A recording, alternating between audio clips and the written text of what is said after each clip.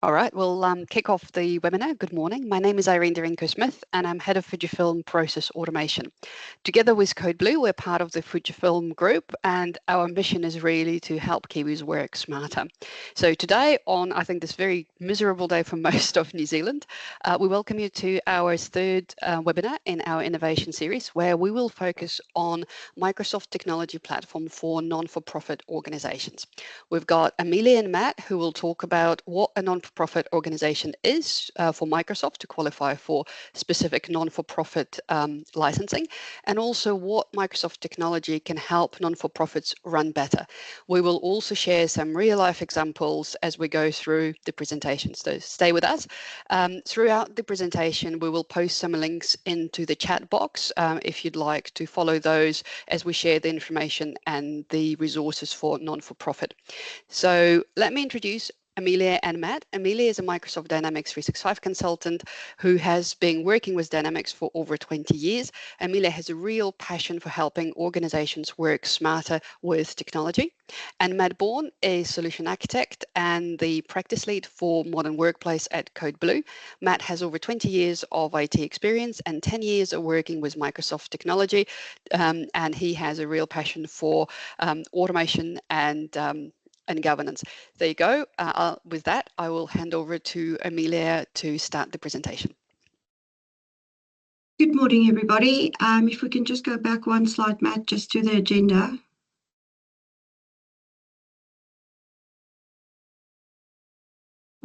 A little bit of technical difficulties this morning. So first we're going to just do the introduction, which and housekeeping, which Irene just did. Then we are presenting, myself and Matt, about optimizing operations and how Power Apps and Dynamics 365 simplify non-for-profit management and engagement. We're going to go through a real-life success story with one of our customers. We're going to talk a little bit about funding and support and learn about what's available in grants, discounts, accelerators, etc. And then we're going to go through, Matt's going to take us through some licensing and simplifying the art of Microsoft licensing. Then we have a Q&A at 9:40, and we will wrap up and next steps at 9:55, and we'll end sharply at 10. Thank you, Matt.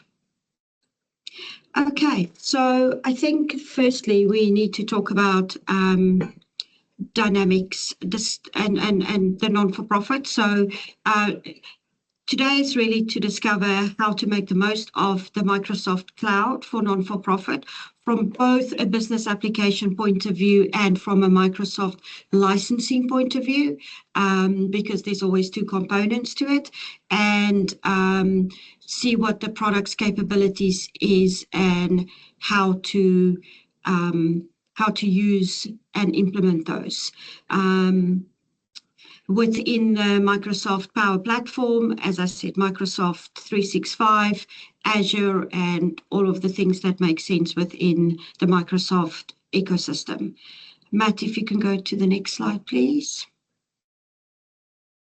So this is just a little bit of an image to explain really how Dynamics or how the non-for-profit cloud is just one of the many Microsoft Cloud for Industry components, but all of them are based on the basic security management and compliance framework at the bottom, then which plugs in really tightly with Azure, and then you have different components, and you can have various of these.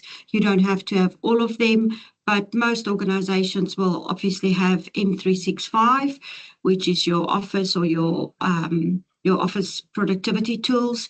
And then there's a variation of if you require a Dynamics model-driven app or a Power Platform with, and then we can do developer tools like Copilot Studio and Visual Studio to extend your business application to do the best for your organization. If we can go to the next one, thanks, Matt. So I think there's a couple of things to think about. So if you are not currently registered as a non-for-profit, see if you are eligible.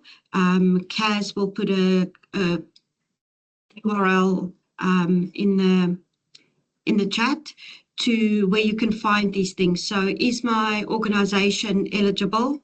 How can I register? And who can use the licenses within my environment if I do find myself that I'm eligible? So just a little bit about where you can go to find those things out. Thanks, Kaz. Next slide, Matt. Oh, I think this slide's me. Yeah. Welcome, everybody. Yeah. Right. So one of the things I wanted to talk briefly about is the Microsoft licensing, which everyone loves to hate. Microsoft have recently made a few changes with not-for-profit licensing offers. And one of the big changes they've made recently would be that the Microsoft 365 Business Premium license, they used to give you 10 for free, and then you had to pay X amount. I think it was 67% of retail for the rest of your licenses for Business Premium. So what they've done is they have removed the 10 free licenses, so they no longer exist anymore. If you currently have some, they will stay on there until your renewal. But if your account manager or the person you deal with hasn't already spoken to you about this, it may be worth raising it with them. But what Microsoft have done to counter that is they've now made it that you get 75% off retail for business premium licenses. So yeah, so at the moment you're looking at $9.35 New Zealand per user per month if you want to go to the business premium plan. And so today I'm going to be talking about some of the reasons that that's worthwhile and the benefits around it. Some other big things to note is, although when Copilot first came out, Microsoft initially said that they were not going to discount Copilot for anybody. They've retracted that slightly, and they've agreed that they're going to give all non-profits 15% off full Microsoft 365 Copilot. So this is the full version of it that has all the application and integration. They're also going to give 15% off Copilot for sales and Copilot for service as well. Some of the other ones we've got in here is with your Dynamics licensing, you get 90% off that, off RRP. So that's definitely something that's worth looking at. And that's something that Amelia and her team are able to work through with you on some of those things. And probably the other two big ones here. So one is the Azure credits that you get. So the Azure credit you'll notice is in US dollars. Now, unfortunately, depending on when this happens, the US dollars, it's based on whatever the New Zealand conversion rate is at the time. So at the moment, I think I checked yesterday and it was $1.66 New Zealand for every US dollar. So you'd get $2,000 times 166, which is what would give you your total amount. Unfortunately, if the New Zealand dollar gets really strong against the US dollar, you end up getting less. Probably the last big one here, the big change would be around Power Apps. So for not-for-profits, the Power Apps, and actually for commercial as well, the Power Apps per user plan has been discontinued. So while at the moment you still get 10 free per users, they've now made it as a per app plan. So if you have a Power App in your business, and if you've got, let's say, 3 Power Apps, you can now pay just for the 3 Power Apps, which will allow all the users in your business to use them. And on the next slide, so what I wanted to talk to briefly here, as I'm sure a lot of you are aware, so as part of the not-for-profit program, everybody gets 300 business basic licenses included. And while that sounds amazing and it's great that Microsoft give that, unfortunately, there's a whole host of limitations around it, around what you can actually do with it. Some of the big ones are around just your identity management and security, around what you can actually do. And also just some of the protections, the governance, the compliance that you may have to meet, which that plan's not actually going to help with all of those things. So Business Premium is definitely something that's worth considering. It does give you full access to Microsoft Intune, which we do talk a bit more about later, which allows you to manage all your devices remotely. It also reduces that overall cost of building new devices and deploying applications and things like that. And another big thing there is it gives you Microsoft Entra ID, which is a identity management. Now, you would have heard over the last couple of years, everyone talking about multi-factor authentication. So with Entra ID, it allows you to run multi-factor authentication across your entire business and also put conditions on it. So it allows you to do what's called conditional. It allows you to control how and when your staff can access things, and you can also block other countries or people coming in from different places around the world to access your information. So there's just a little bit there. We do cover it a bit more later on, but I just want to touch on that just to show you some of the benefits of going up to the Business Premium plan. Back to you, Amelia. Thank you so much, Matt. A lot of you might have in your business application, if you've used the non-for-profit accelerator before, that's been deprecated at the end of this year in December. And basically what Microsoft has done is they've broken the big non-for-profit accelerator into smaller chunks. And this is what I'm taking you through now. So there's a component about the engage with supporters and funders. We'll go a little bit deeper into that in a minute. And then the impactful program delivery. So this is really outcome-based non-for-profits, reporting back to funders.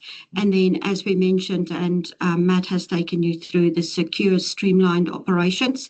So just making sure that the base for all of your business application data is in a secure, streamlined environment, aka Azure. If you go to the next slide, please, Matt. So here we're going through a little bit of what is the components of the engaged supporters and the funders. So it's a combination of a couple of Microsoft applications in the Power App suite of products. So we have fundraising, which helps you to understand your fundraisers and connect with donors by giving them detailed donor profiles. And the app is a flexible starting point where you can then add on maybe other things from the other components of these accelerators that's been implemented. So you might want to do grant management with funding. And because that is all built on Dataverse, you are able to tweak your solutions to your business needs. So the fundraising is powered by a Power App, and we've gone through some of the licensing. I think it was $4.20, something like that. So that's really dirt cheap. Then we've got fundraising performance dashboard. Now this is powered by Power BI, and this will allow you to gain insights into the effectiveness of your fundraising activities. And it's actually quite interesting to see your funding, where it's going, and manage, especially if there is reoccurrent funding from individuals, and manage that profile. And then at one point you can actually integrate that with your ERP system and things like that. So it's quite flexible. Then we've got grant management. So if this helps you to manage both your grants and your grant recipients, and handle every step in the whole grant process. Again, that's powered by Power Apps. And this will help you to build stronger support relationships to grow your funding. Organizations that could use the above is charitable trusts and foundations, community services providers, environmental groups, conservation groups, arts and cultures, museums, health and research charities. So these are just a little bit of ideas of organizations that have used these model-driven apps in the past, and we can help you work out your requirements. Next slide, please, Matt. Now we're talking about the impactful program delivery, and in there we can see that we are now talking about volunteers, the management of them, the engagement of the volunteers, and then the volunteer center. Now, this is a combination again of a bunch of different Power App components. The volunteer management is to help you with tasks like finding volunteers, getting them started, keeping them engaged, tracking their progress. So a database where you can manage all of this. Then you can actually work with them in what's called the Power App portal, which is the volunteer engagement section of it, where you can create a profile, find opportunities to help apply for them, and see details about their activities. Now, that's the first. Volunteer management sits on a Power App. The volunteer engagement can be a portal, so you don't have to have a bunch of volunteers engaging with your app and giving them access to the app, and that might cost you money. So you can give them a Power portal or volunteer engagement portal where they can get their activities and engage with you around what they've done and what the next steps are. And there's different licensing for that portal, which is a pay-as-you-go, if you like, for unauthenticated users. Then you've got the volunteer center. So this is a template where we in SharePoint have a list of your volunteers, easily find their important updates. And this is actually the base that will show you what is happening in the Power App portal. So just a little bit about that.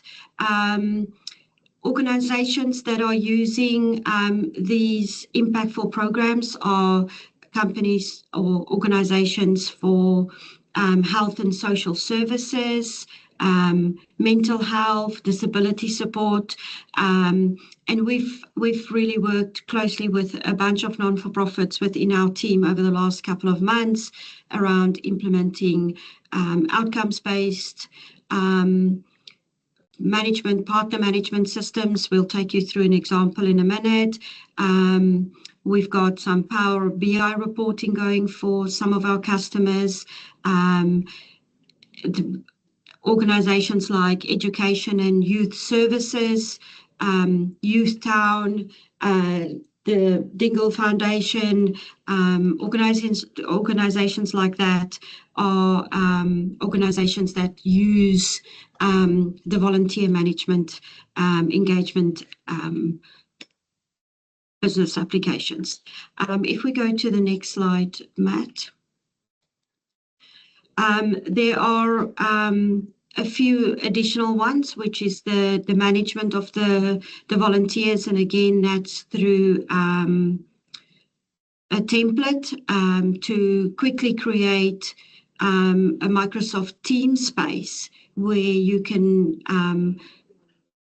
communicate and engage with your volunteers without actually having a lot of people in your organization in your Microsoft tenant. The outcomes management, I've spoken a little bit about that, and we'll use that as an example a little bit later. But this is just a business application where you can actually have if you are dealing with services, manage the individual receiving those services, the amount of services, reporting back to your funders on the services that you have supplied to the community. And then we have the program impact dashboard, and that's linking the fundraising and the program information together to better understand the results of the work and share clear reports about the impacts. And organizations that's used this in the past are employment and training services like workforce deployment programs, environmental and conservation groups, like I said before, and charities, obviously, that's what we're talking about, and non-for-profits, food banks, family and domestic violence support services, Red Cross, organizations like that have used these business application, either the small Power App or a combination of two of them into one, because it's all built on Dataverse. It's quite easy and quite a stable base to extend and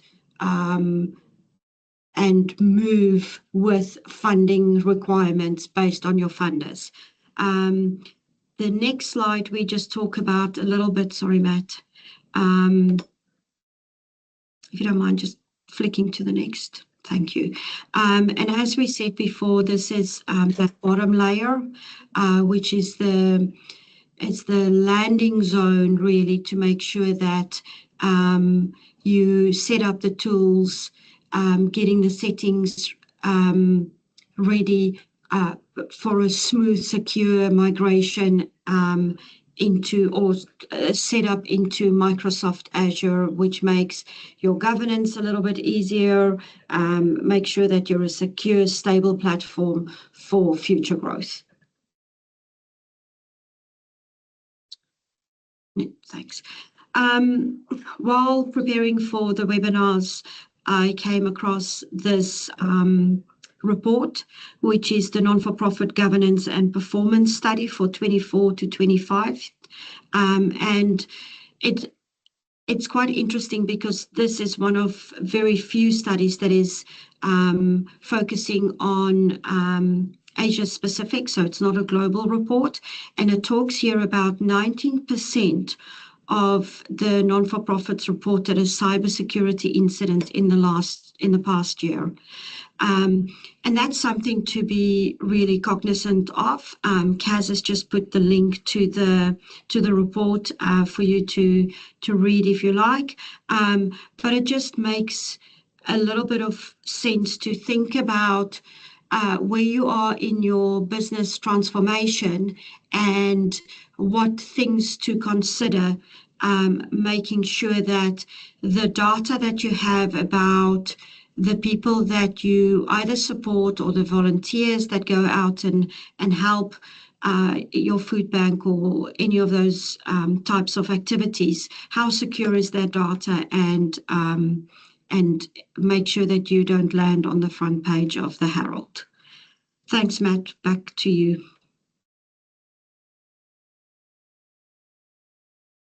Sorry, start again. Right. Okay, so I wanted to spend a little bit of time and debunk a few myths and also cover a few questions that I get asked a lot. Now, these questions, they do apply to the not-for-profit market or the charity market, but they do also apply for small to medium businesses in New Zealand in general as well.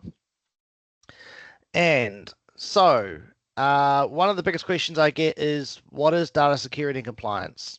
I mean, in a simple term, it is a set of standards and policies that you apply to your information around how you manage it, how you secure it, and it also covers off things like what compliance or standards you have to meet worldwide, depending on what sort of information you have. So, for example, if you have medical information, you have to meet certain standards around that. If you work with customer information or end user information from the EU, then you have to meet GDPR standards. If you work with ones from Australia, then sometimes you have to meet Australian standards. America is the same. So effectively all you're doing is it's just putting those standards and policies in place and governing those to discuss with your end users or your staff about how you manage information, and it stops information breaches. Now, there is tools that can help with that, but I suppose the next big question is what standards do we need to meet? Now, there is a host of standards. Now, if you want to go further into this, I will get, if Cass can nicely put up in the chat, the link to our previous webinar, which is around data and governance. And we do cover off quite a bit of this in there, and we talk about Microsoft Purview. So Microsoft Purview is Microsoft's management for policies. It allows for your team to look after and monitor the compliance of your standards that are being applied in your business. What could happen if you don't have good policies, security, and standards in place? Then, as Amelia was just mentioning, you can end up on the front page. There is a lot of issues over in America at the moment. Obviously, it's America, so we're not quite the same over here, thankfully. We don't sue for everything that comes up, but there has been quite a lot of issues around privacy breaches. And it's not actually, the breach is bad. We obviously don't like breaches, but it's the damage to the reputation of your company. That's the worst thing, because then what happens is your end users or your clients, they lose confidence in the fact that you're keeping their data safe. So how can Microsoft help? As I mentioned, thank you, Cass. She's put up the link for our governance webinar. And in that, we do talk a lot more about Microsoft Purview. We also talk about a little bit around some of the security stacks, and we talk about the Microsoft Business Premium license and the benefits you get around that. So all three of those together, they do help make up your compliance and security standards. These are really important. As we go into the next one as to why should I invest our money into this? Now, I'm very aware that not-for-profits in general, they have to be very careful where they spend their money. A lot of them get money from grants, or it could be from the government, or it could be from donations. Now, we all like to know that this money is going to the right causes. Now, as part of that, though, sometimes the right cause could be looking internally at how you protect that information that you have. Some really good examples of this, if you work in the medical field or you work with customers that have critical events in their life, or it could be things around mental health or anything like that, then those sort of topics are really incredibly sensitive. And so if that information was to get out into the wild, it could have drastic effects not only for your customers or the people you're trying to support, but it can also have drastic effects for your overall business, because then suddenly everyone else is looking and going, well, why were you not protecting this? So it is definitely worth investing money into it, and it is worth looking at. We're more than happy to come out and help and do a bit of an audit, help you and give you some advice as to what you can put in place and how these things can help. This is one I hear quite a lot. And do we even have sensitive data, or what is sensitive data? So, for example, if you have someone logged in your system and there's information there and there, let's say you have Matt. Now that by itself is not sensitive, having a first name. But then if you had Matt, born, and then date of birth, that suddenly starts becoming sensitive. And then you may have things in there like Matt Bourne, date of birth, medical history, or address, or credit card information, or any other aspect around a personal thing. There's also your staff information. It could be around their emergency contacts. It could be their contract with the business. Could be their pay rates. These are all sensitive types of information. The other big one for a lot of not-for-profits would be their charity information. So where they get donations from, who's donated. Now that can also be quite sensitive. So as Amelia was mentioning earlier, there is a lot of tool sets that their team can help with to help secure this information and also make it more manageable. This one here is probably the biggest one I get, and this doesn't just apply to not-for-profits, it also applies to New Zealand businesses in general and to Australian ones as well to a certain degree.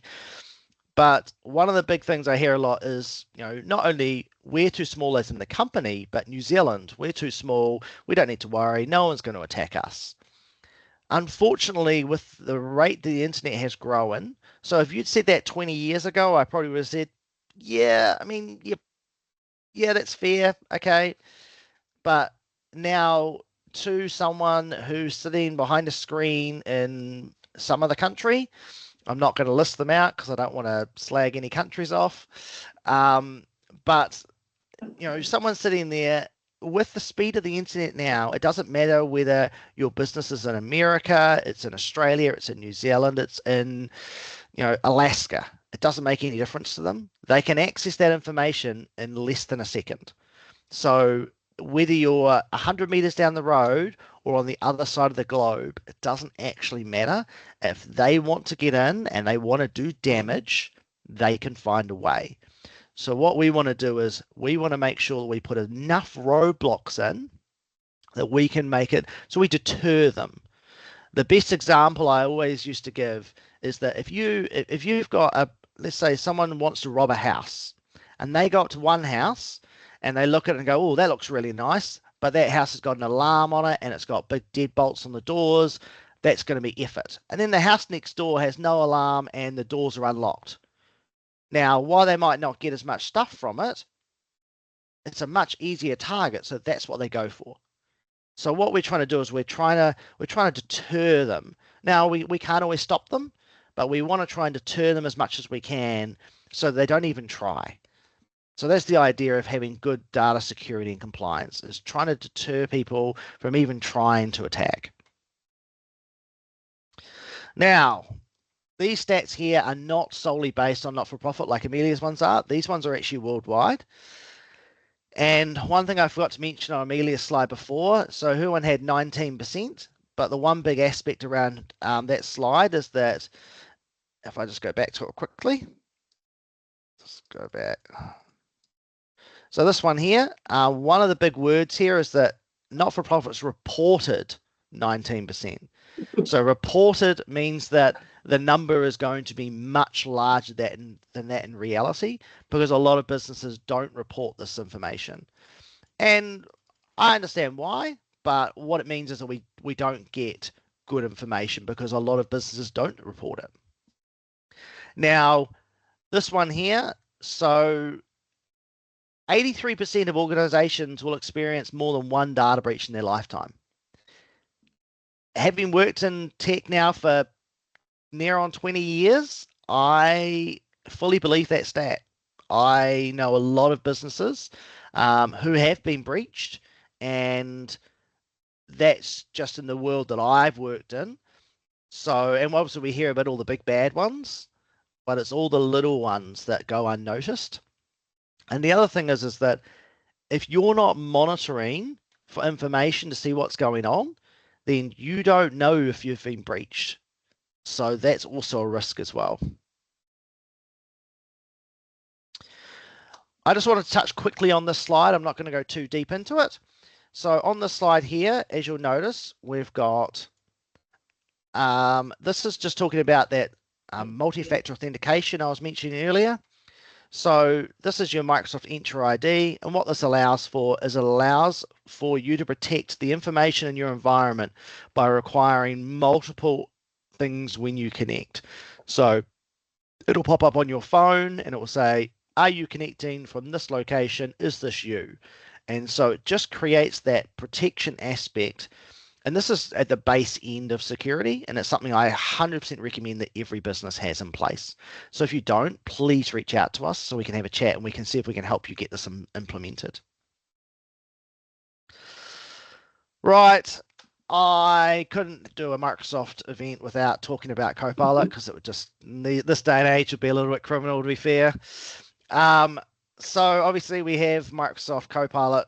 We've got multiple versions of it.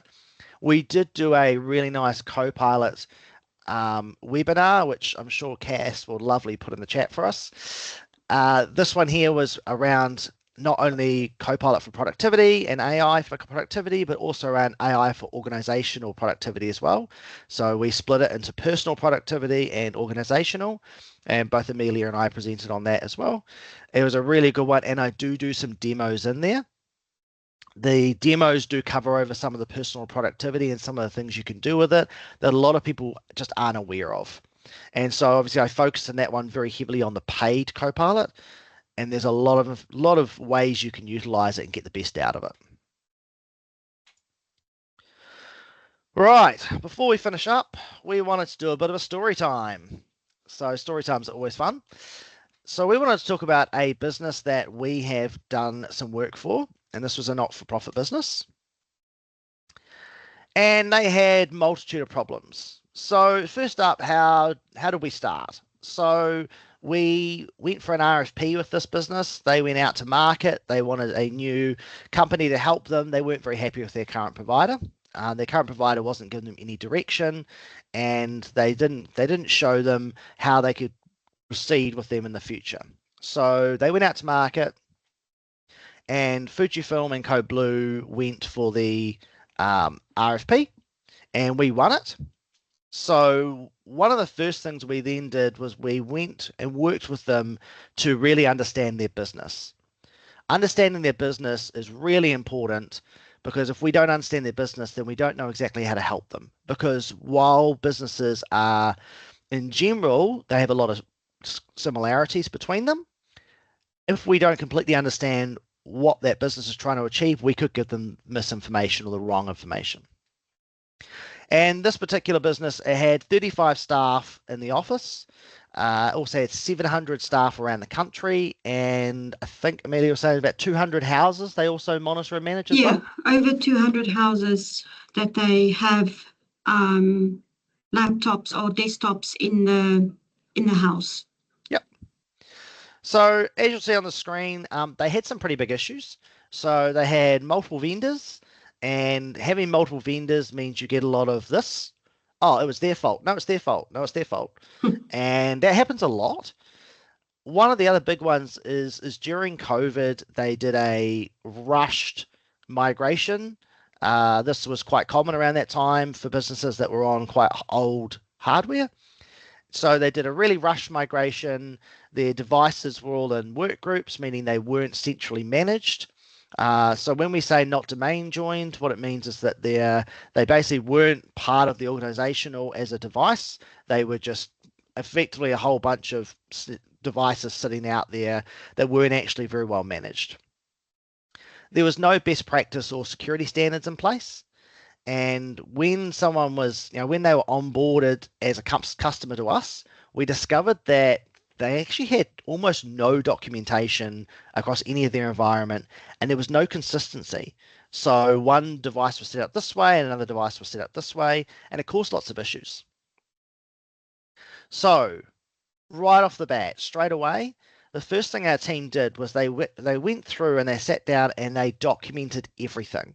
So they went through all their processes, they went through all the different parts of their environment, how emails were set up, how new users were onboarded, and they documented it all from day one.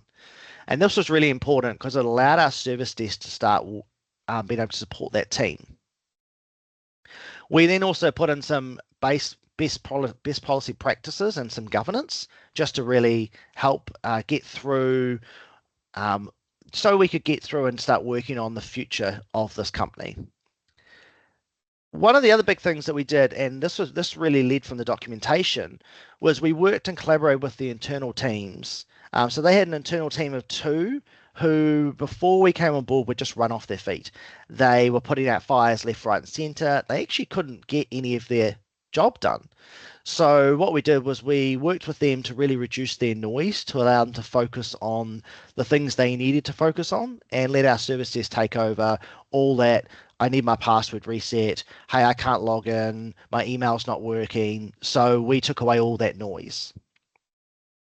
The next big thing is we actually presented a roadmap to their board.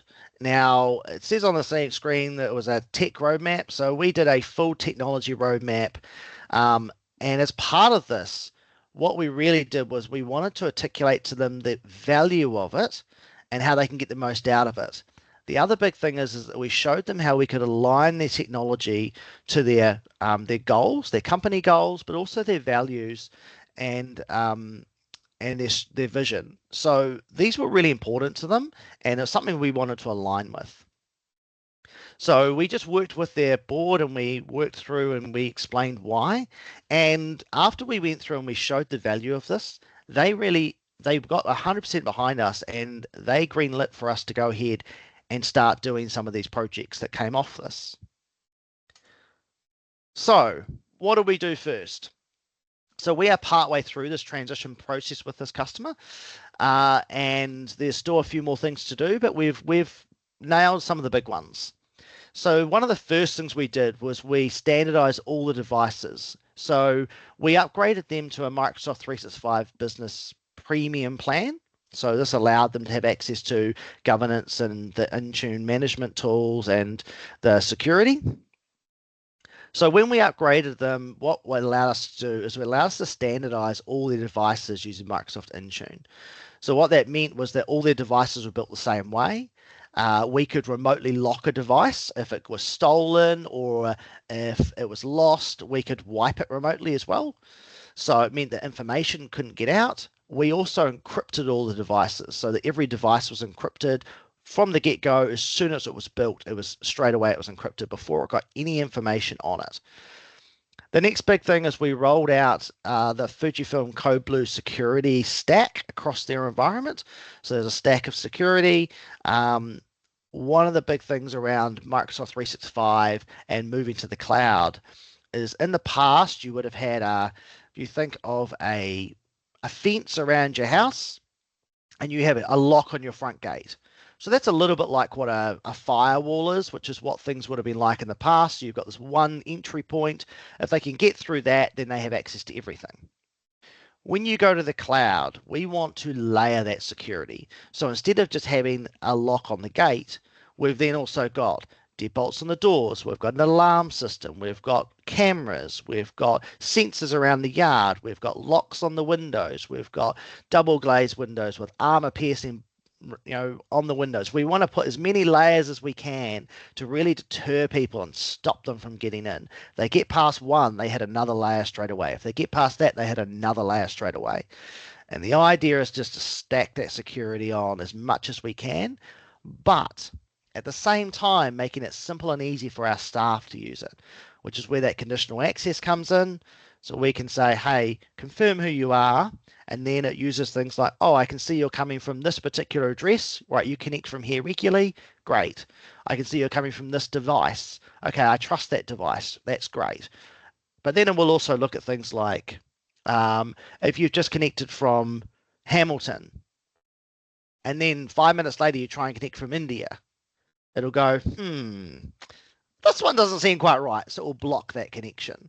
And so we'll look at all those sort of aspects. And the last thing we did before we brought in our lovely process automation team as well, we went through and we tackled their document management solution they had, which was kind of non-existent. They had done a bit of a lift and shift move from on-premise to the cloud. Unfortunately, doing that, you end up with quite an inconsistent environment. So we redesigned and worked through all of that with them to give them a document management system which was actually suitable for what they needed. Now, what this did was it allowed for Amelia's team to come in and start working and build on top of that. Yeah, and that's where we stepped in. So we looked at what they were currently using, which was basically SharePoint with a bunch of SharePoint lists. The data was semi-structured, but it was quite time-consuming to compile their funding reporting back to their funders, getting notifications if a severe incident has happened. A lot of those things were a lot of phone calls or Teams messages and things like that. So what we've done is we went in, we created a proof of concept because this was quite a big change, organizational change for them, to understand how the Dynamics 365 model-driven app will work for them. Created a proof of concept. Needless to say, they loved it. And then we went in and built a full partner management system. And as Matt mentioned before, we have information about NHI numbers, we have information about their health and safety, we have information about their disabilities. We have just incredible amounts of data about these individuals, and to have that in a not secure environment was just not possible. So everything that Matt has talked about, if we go back to some of the one of the previous slides where we had the secure, sustainable platform, all of that was done as step one, and step two is getting the business applications in place so that they can then do what they really need to get going and where they know what they do, so look after disabled people. The full partner management system was built on a model-driven app, but we've extended that quite extensively to look at incident management, health and safety plans, shift notes, goals for each of the individual partners for them to live their best life. And we going into UAT in a couple of weeks, and we've worked with the management team and like the Code Blue team who's gone in and did a technical review and a roadmap, we have gone in and did a business application review and roadmap, and we have a couple of workloads that we're working on for future phases, which is a health and safety management system for both the partners and the staff, incident management, and if the incident was with a partner or with a staff member, and then the avenue in which that needs to go, and the reporting and the notifications and the all of those things. We are looking at a portal where the whānau can log in and review or see certain information that they're happy to share with their whānau. And all of these things are things that we are doing that this organisation, I guess, were not even thinking about of what is possible for them to do with their new digital transformation process. So just a little bit about them. We haven't mentioned who they are, but just an example of what we have done for customers over the last, I would say, about 8 months. Cool. Next slide, Matt. Right. So, how can our team help? So we just wanted to give a bit of an overview, just a high level. So we have, today we're focusing on our Microsoft Cloud consultants and also our Power App and Dynamics consultants. So one side you've got obviously your whole cloud environment, and the other side's more around your apps and your business applications. On the Microsoft Cloud side, we can help with the Microsoft licensing and grant support. We can also help with data governance, compliance strategies. We can help with audits. If you've got AI that you'd like to look at implementing or you'd like to discuss further. And then if you need us to look at things like security, your data security or your compliance security, please come and have a chat to us. If you reach out or if you just give feedback at the end, and you let us know that you'd like us to reach out to you, we're more than happy to come and have a conversation or potentially set up a demo that looks at your actual requirements and needs. Yeah, and from a Power Platform or Dynamics consulting point of view, we can come and have a discussion with you, do a demo of any of the model-driven apps or the Power Apps or the portals that we've discussed earlier today. We've already have one person who asked for a demo, which is great. Thank you so much. And then we can work with you to look at what your vision is, if that is fundraising and grant management, volunteer management, outcome management. As I said before, you don't have to fall into just one category because we are working on a common data model or dataverse. It's quite easy to interchange components of these model-driven apps into each other and add Power BI portals, all of those really cool components to your vision. We can also come in and help you with your architecture design from a business application point of view and where you might need integration between your ERP systems or any of your other applications that you're running. And we can also come and do some solution reviews. Cool. So we're definitely here to help where we can. Yep. So I'm just going to flick over. We've got, so we had a couple of people in the chat asking about demos. One of the big things I would say is that as every organization is slightly unique and what your requirements are, if you would like us to come out and do a demo for you, could be myself, Amelia, or one of our team members, we are happy to come out and do that. Just if you reach out and let us know that you'd like us to reach out to you, and we can come out and we can give you a demo on the aspects that are relevant to your business. We can also, one of the other questions that came out was how to start on a roadmap. How can a non-profit organization create a technology roadmap? So this process is probably not unique to not-for-profit organizations. Probably the biggest thing around it is making sure that you have an understanding of where you are today and what your goal is in the future. And this is not necessarily around technology. This is your business goal. And then what happens is if you get someone like one of our consultants to come in and they can sit down with you and they can make your technology work for you to get from where you are today to where you would like to be and you'd like your business to be in the future. The problem I see a lot at the moment is companies will try and put the technology in and then wrap their business around it, as opposed to having their business goals and having the technology work for them along the way. And I think that's probably one of the most important things I would say is make your technology work for you. If you're having to change the technology to work for your business, then you're using the wrong technology.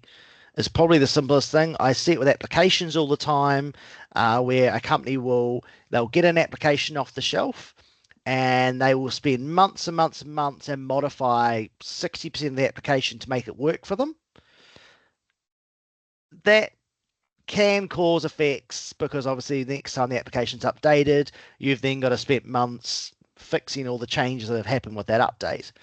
So I normally have a rule that if an application if you have to change more than 20% of the application, then it's the wrong application. And a technology roadmap's the same. If it's not meeting what you need, then that can be your issue. Right, I will hand back over to Irene to finish us off. Thank you very much, Matt and Amelia. Thank you very much to all the customers who dialed in today. We hope it was very useful. We'd love to hear your feedback, and if you can scan the QR code on the screen, or there is a link that will be in the chat as well for you, you can go in a draw to win $100 Prezi card. We just need your feedback to be submitted before the 31st of July, 5 p.m. And then on the next slide, our next upcoming webinar is cybersecurity governance. This one actually has a very high focus on non-for-profit as well, as it talks around some of the medical organizations and their governance approach, and in particular the aspects of cybersecurity and what the boards and the executives of the organization should be aware of. Very useful. So we do encourage you to register and attend if you can. And with that, I think thank you very much for attending. It was lovely to host the webinar this morning, and we hope you'll stay tuned for the next one from our teams. Thank you, guys. Thanks, everybody. Thank you.